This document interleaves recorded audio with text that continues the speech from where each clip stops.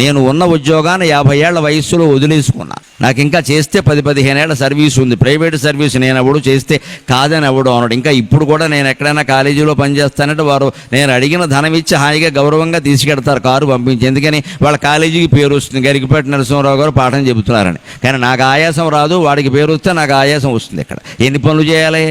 అక్కడికి వెళ్ళి 4 గంటల పాఠం చెప్పి మళ్ళీ ఇక్కడ ఉపన్యాసాలు చెప్పి దేనికి ఇది? అందుకని నేను 50 ఏళ్ల వయస్సులోనే ఇంకా 10-15 ఏళ్ల సర్వీస్ ఉంది అనగానే ఈ టీవీలు కార్యక్రమాలు బయట ఉపన్యాసాలు ఎప్పుడైతే పెరుగుతున్నాయో నేను ఒక నిర్ణయం తీసుకున్నా. ఇంట్లో శ్రీమతితో ఆలోచించి ఏం చేయాలి, మన ఆదాయం ఇది, ఇప్పుడు వస్తున్నది ఇది, మన పరిశ్రమ ఇది, ఇగో దీంట్లో గడితే ఇలా ఉంటుంది. ఏమో చెప్పలేము, ఓసారి కార్యక్రమం ఉండొచ్చు, ఇంకోసారి ఉండకపోవచ్చు, ఓసారి వరుసగా 10 రోజులు ఖాళీగా ఉండొచ్చు, ఇంకోసారి ఇగో వినాయక చవితి లాంటిది వచ్చిందంటే మొత్తం 9 రోజులు తొండం, వినాయకుడు తొండం అలాగే ఉంటుంది, మొత్తం నన్ను తిప్పేస్తారు అనుమానం. వెళ్ళ 9 రోజులు హారతులు సరిపోతాయి, ఉంటాయి, అలాగే ఉంటాయి. మరి అలా మనం ఉండగలమా అని ఆలోచించుకున్నాం. ఆవిడ అంగీకరించింది. నాకు ఇంకెవరి అంగీకారంతో నిమిత్తమే లేదు. ఎందుకంటే 2008లో రాజీనామా ఇచ్చి పారేశాను, నాకు అక్కలేదని చెప్పాను. కానీ అప్పుడు ఉద్యోగంలో ఉన్నప్పటికంటే ఇప్పుడు ఇంకా ఆనందంగా ఉన్నా, ఇంకా సుఖంగా ఉన్నా. అప్పుడు 30 రోజులు పనిచేయాల్సి వచ్చేది, ఇప్పుడు 10 రోజులు పనిచేసినా చాలు, సుఖంగా ఉంటాను. 20 రోజులు శుభ్రంగా ఇంట్లో ఫిల్టర్ కాఫీ తాగేసి ఇద్దరం కబుర్లు చెప్పుకుంటూ కూర్చుంటున్నాం, గొడవ లేదు. ఇంకా ఈ ఆనందం ఎక్కడి నుంచి వస్తుందండి? ఓ బిజీ అని వరుసగా కార్యక్రమాలు పెంచేసుకుని, సంపాదన పెంచేసుకుని అందరితో నేనేమో నాకు అసలు ఎప్పుడు ఖాళీ ఉందండి, 31 days అయ్యాం బిజీ అంటే తర్వాత హాస్పిటల్లో కూడా 31 రోజు కాదమ్మా 366 రోజులు ఉండాల్సి వస్తుంది, లీపు సంవత్సరంతో కలిపి. ఎందుకు అంత పెంచుకోవడం? మనిషికి దుఃఖానికి మూల కారణం సంపద.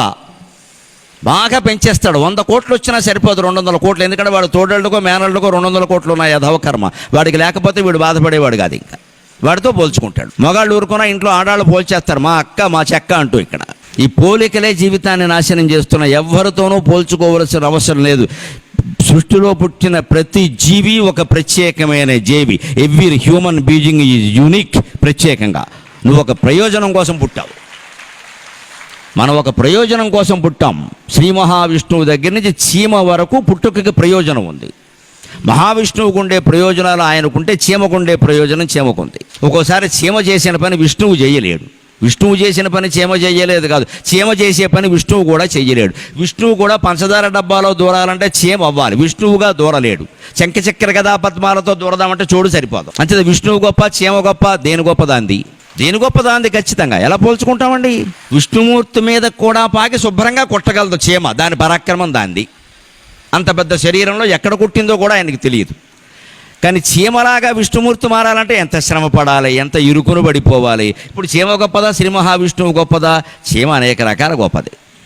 పైగా విష్ణువుకు దశావతారాలు ఎత్తాల్సిన పెద్ద కర్మ ఉంటుంది, చీమకి అది ఏమీ లేదు, హాయిగా పంచదారతో సుఖంగా ఉండొచ్చు.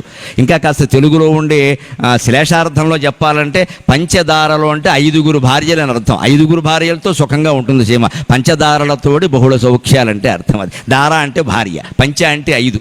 మనం మామూలుగా పంచదార అంటే పంచదార, కానీ ఇంకో అర్థంలో మాట్లాడితే పంచదార అంటే 5 భార్యలు. మనం ఎవరికైనా 5 భార్యలు అంటే మూసి పారేస్తారు, జైల్లో పారేస్తారు.